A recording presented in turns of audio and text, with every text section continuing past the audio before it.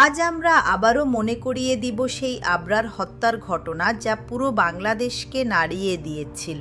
কল্পনা করুন, একজন তরুণ, স্বপ্নে ভরা চোখ, দেশের সেরা প্রকৌশল বিশ্ববিদ্যালয়ে পড়াশোনা করছে। তার অপরাধ কি? কেবলমাত্র নিজের মত প্রকাশ।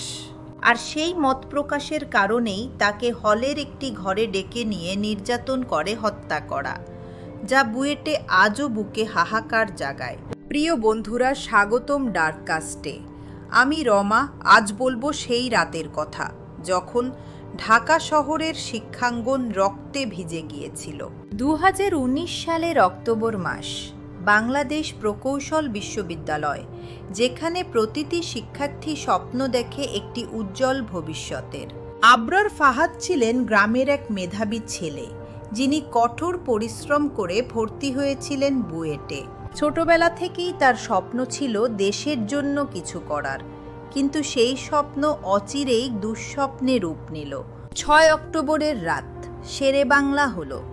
আবরারকে হঠাৎ তার কক্ষ থেকে ডেকে নিয়ে যাওয়া হয় ছাত্র রাজনীতির কর্মীদের রুমে।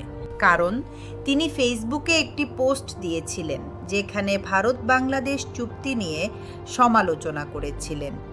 একটি সাধারণ স্ট্যাটাসই তার জীবনের শেষ মুহূর্ত ডেকে আনে। ঘরের ভেতর শুরু হয় প্রশ্ন উত্তর, কিন্তু তা দ্রুতই রূপ নেয় অমানবিক নির্যাতনে। স্ট্যাম্প, বেল্ট, লাথি, যা হাতের কাছে পেয়েছে তা দিয়েই তাকে আঘাত করা হতে থাকে। আবরারের আর্তনাদ শোনার পরও কেউ এগিয়ে আসেনি তাকে বাঁচাতে। ঘন্টার পর ঘন্টা নির্যাতনের পর নিথর দেহ পড়ে থাকে কক্ষে। সেই রাতেই তার প্রাণ ঝরে যায়।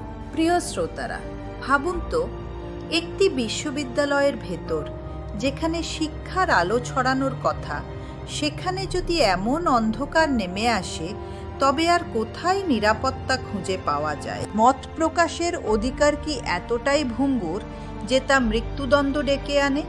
একটি স্বাধীন দেশে যদি শিক্ষার্থী নিজের মতামত বলতে না পারে, তবে সেই স্বাধীনতার মানেই বা কি? আবরারের মৃত্যুর খবর ছড়িয়ে পড়তেই দেশ জুড়ে শোক আর ক্ষোভের আগুন জ্বলে ওঠে।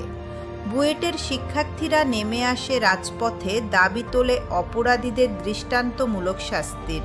জাস্টিস ফর আবরার স্লোগান সেই সময় প্রতিটি কণ্ঠে প্রতিধ্বনিত হয়। দেশের বিভিন্ন প্রান্ত থেকেও মানুষ প্রতিবাদে যোগ দেয়।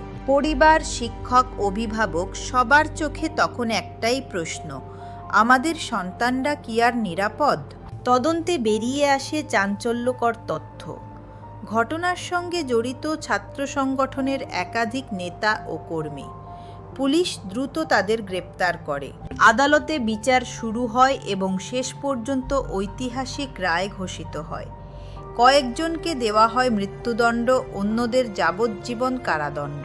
অনেকে বলেছিলেন এই রায় আবরারের আত্মত্যাগকে বৃথা যেতে দেয়নি। কিন্তু প্রশ্ন থেকে যায়, কেন একটি বিশ্ববিদ্যালয়ে ছাত্র রাজনীতির নামে এতটা নৃশংসতা ঘটতে পারে? শিক্ষক প্রশাসন কোথায় ছিল? আজও কি আমাদের তরুণরা নিরাপদে পড়াশোনা করতে পারছে? আবরারের মৃত্যু শুধু একটি পরিবারকে নয়, পুরো জাতিকে নাড়া দিয়েছে। তার ভাই বোনেরা হারিয়েছে ভরসার মানুষ। তার বাবা মা চিরকালের জন্য হারিয়েছেন এক টুকরো স্বপ্ন। বন্ধুরা, আপনারা কি মনে করেন? শিক্ষাঙ্গন থেকে রাজনৈতিক প্রভাব একেবারে বাদ দেওয়া উচিত কিনা মন্তব্যে জানাতে ভুলবেন না। আবরারের গল্প আমাদের একটাই শিক্ষা দেয়: অন্যায়ের বিরুদ্ধে নীরব থাকলে তা একদিন আমাদের সবার উপরই ভয়াবহ পরিণতি ডেকে আনতে পারে। আজকের এপিসোড এখানেই শেষ। ডার্ককাস্টের সঙ্গে থাকার জন্য ধন্যবাদ। আমি রমা, বিদায় নিচ্ছি।